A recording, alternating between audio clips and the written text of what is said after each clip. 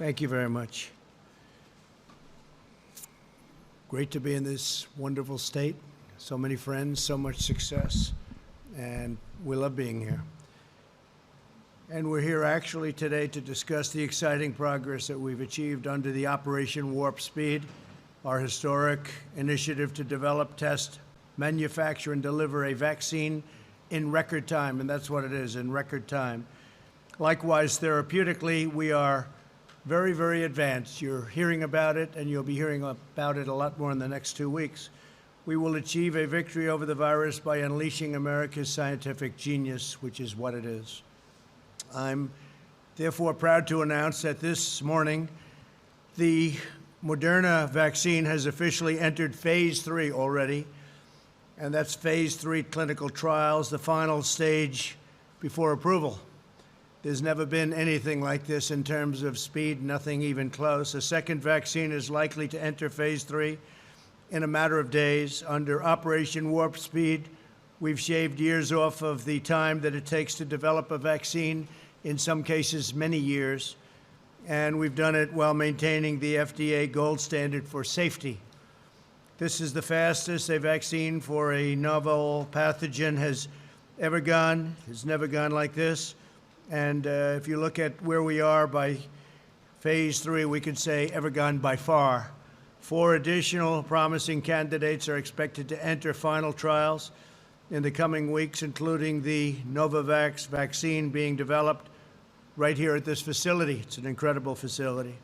We're going to be making a tour in a little while, very complete tour with the folks that run it and the people that operate. We've just completed a tour of Fujifilm's innovation laboratories, and that's going to be done at much higher level in a few minutes after I'm finished, and I believe we'll take a few questions too, which we're carrying out a crucial biomanufacturing process needed to make the Novavax vaccine. This production is made possible by my administration's $1.6 billion award to Novavax as part of Operation Warp Speed. It lets us deliver the final product in a time that never has been achieved anywhere at any time for anything like this. These same manufacturing processes are being conducted on an even larger scale in College Station, Texas. Today, I'm proud to announce that HHS has just signed a $265 million contract with the Fujifilm Texas A&M Innovation Center, which is quite the place, to dramatically expand their vaccine manufacturing capacity. I want to thank Fujifilm CEO Martin Meason for welcoming us today. And Martin, where is Martin? Thank you. Thank you very much, Martin. It's really wonderful to be with you under these circumstances, in particular, with all the progress that's being made, as well as Novavax CEO Stanley Erck. Stanley, thank you very much. Thank you very much for being here. Thanks also to Secretary Alex Azar, who's with us. Senator Thom Tillis, thank you very much. Thank you, Tom. Stand up, Tom. Good job you've done. Thank you very much. You really have. Representatives Richard Hudson, David Rouser, Mark Walker, Dan Bishop, and Greg Murphy. Thank you. All friends, all warriors. Lieutenant Governor Dan Forest, who I hear is doing a great job. Where's Dan? Stand up, Dan. Great job, Dan. Really good. North Carolina House Speaker Tim Moore. Thank you, Tim. Great job. And President Pro Tem of the North Carolina State Senate, Phil Berger. Thank you, Phil, very much. I appreciate it. Operation Warp Speed is funding a historic portfolio of highly promising vaccine candidates.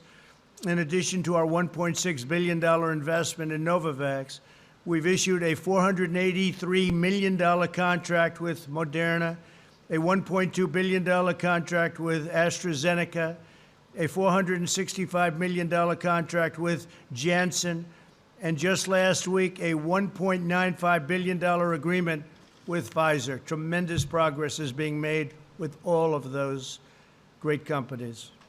A groundbreaking agreement with Pfizer includes a guarantee to deliver 100 million doses shortly after the vaccine's approval, almost immediately, with the option to purchase an additional 500 million thereafter. Not only is Operation Warp Speed accelerating the development of a vaccine, we're also directing a colossal industrial mobilization to ensure its rapid delivery. Nothing's happened like this since the end of World War II.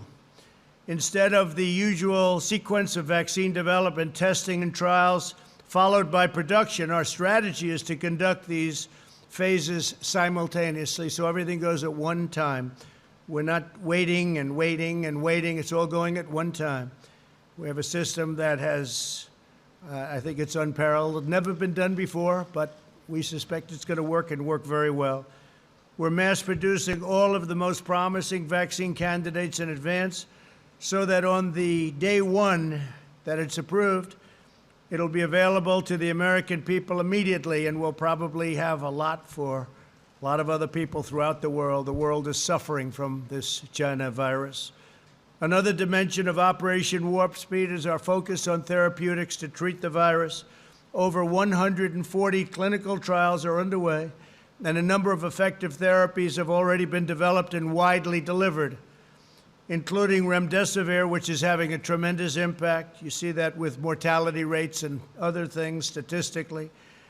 Dexamethasone, convalescent plasma, and antibody treatments. We have numerous treatments right now that are under study, and I think over the next couple of weeks we may actually have some very positive answers as to that. On July 7th, we announced a $450 million agreement with Regeneron to begin advanced manufacturing of its antibody treatment, which is currently in late-stage clinical trials. Late stage.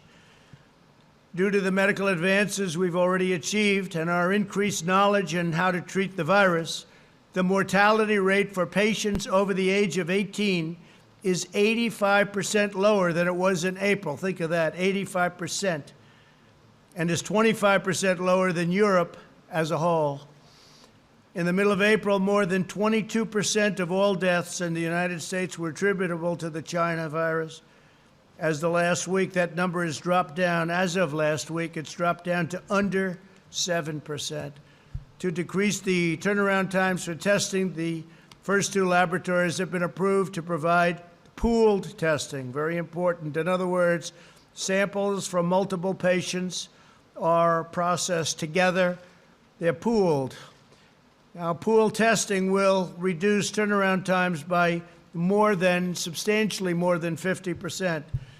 Last week, our Centers for Medicare and Medicaid Services began distributing rapid point-of-care diagnostic test instruments to all of the nursing homes in the United States, focusing on the areas of greatest need, which is our elderly and our nursing homes. What we've already sent includes testing instruments to 635 nursing homes for 196,000 rapid point-of-care tests. It's a tremendous amount. You'll get your response and answer from 5 to 15 minutes. Over the next 3 weeks, 1,700 nursing homes will receive an additional 800,000 point-of-care tests. Think of that. The United States has conducted over 52 million tests. That's more than all of Europe put together times 2.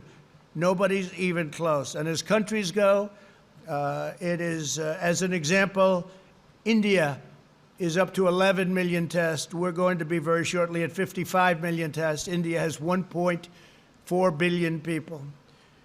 Through our relentless efforts, we've completely rebuilt our stockpile, which the previous administration depleted and did not refill. The cupboards were bare, I say it often. In total, we've now distributed nearly 100 million N95 masks, 35 million surgical masks, 15 million face shields, and much, much more. In addition to that, ventilators, the most difficult thing of all. We are now building thousands a month, and we're distributing. We have all we need in our country, but to other countries that are in desperate need. Other countries are having a tremendously difficult time with the virus. Last week, FEMA sent additional personnel, protective equipment to over 15,000 nursing homes, including 643,000 pairs of protective eyewear, 7 million masks, 34 million pairs of gloves, and 6 million gowns. It's a lot. Over the weekend, cases in Florida, Texas, and Arizona held steady and are now heading down. In Arizona, they're heading very substantially down and rapidly. We've been constant and in constant communication with the states and are surging them resources when requested. They largely had what they needed, but anything they need, we send them immediately. We are totally full. We have everything we need. We get it to the states immediately. We deal with the governors. The relationship with the governors has been very good. These states are not out of the woods, but rigorous compliance with guidelines should allow them to turn the corner and very, very quickly. We are working with every governor and health commissioner across the country to bring a complete individualized analysis to each state, as well as tailored recommendations. States are different. My administration is also closely monitoring the surging caseload in Latin America, which is now the region in the world with the most active reported infections by far. Due to the relative scarcity of testing in Latin America, however, the region's reported number of cases is also likely to be dramatically undercut or undercounted. And I can say that's probably true throughout the entire world. We report our cases. Most of the world doesn't. They either don't do testing, therefore they have very few cases, even though people are sick, or they just don't report. And given the reality of what we just said, we're focusing aggressively on the Texas border and countries that we think have to be watched very, very carefully, because you have some very, very highly infected countries outside of our borders.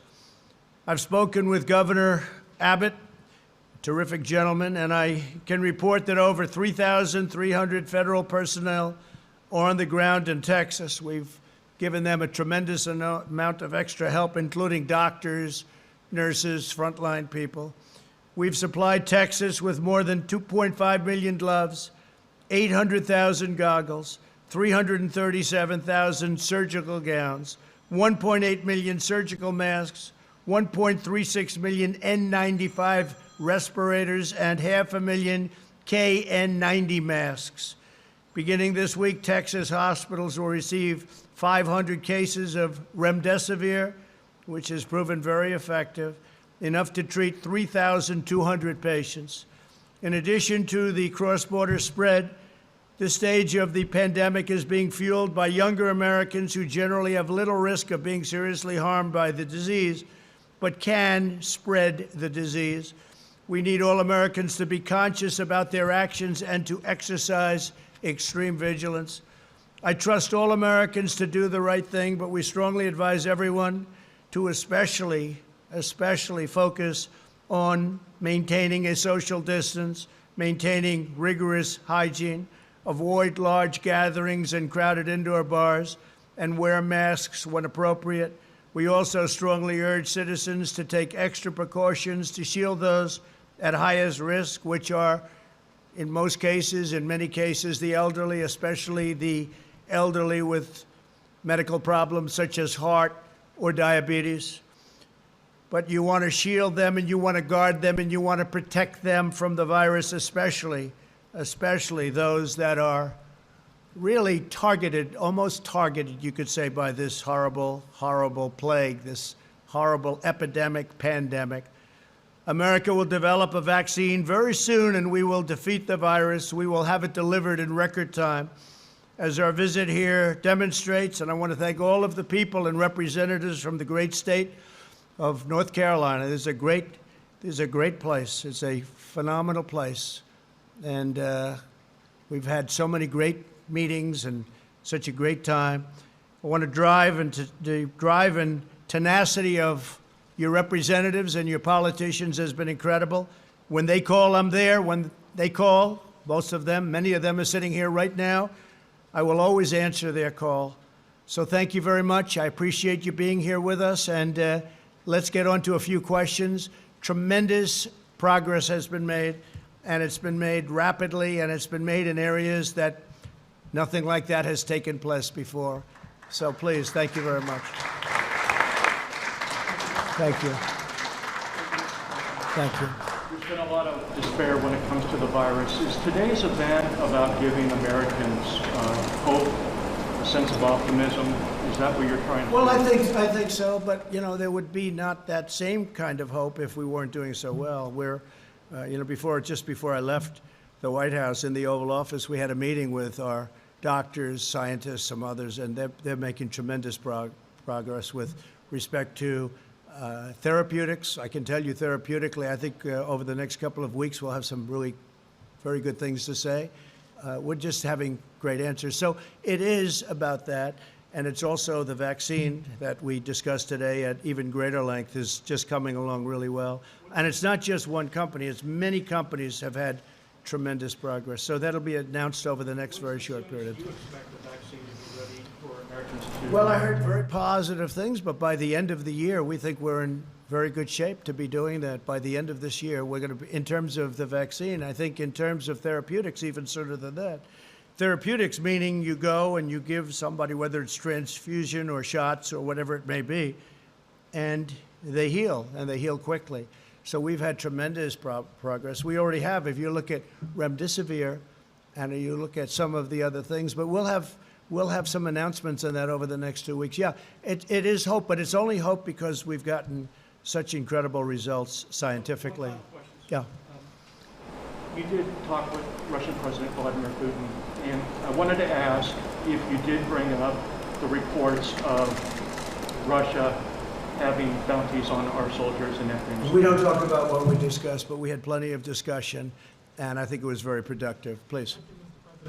Larry Kudlow earlier today said that the V-shaped recovery is showing signs of moderating.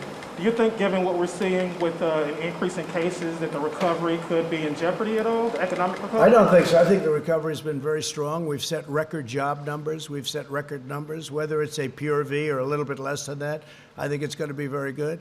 If therapeutically we come up with some answers very quickly, which I think we will, then you're going to have a tremendous recovery.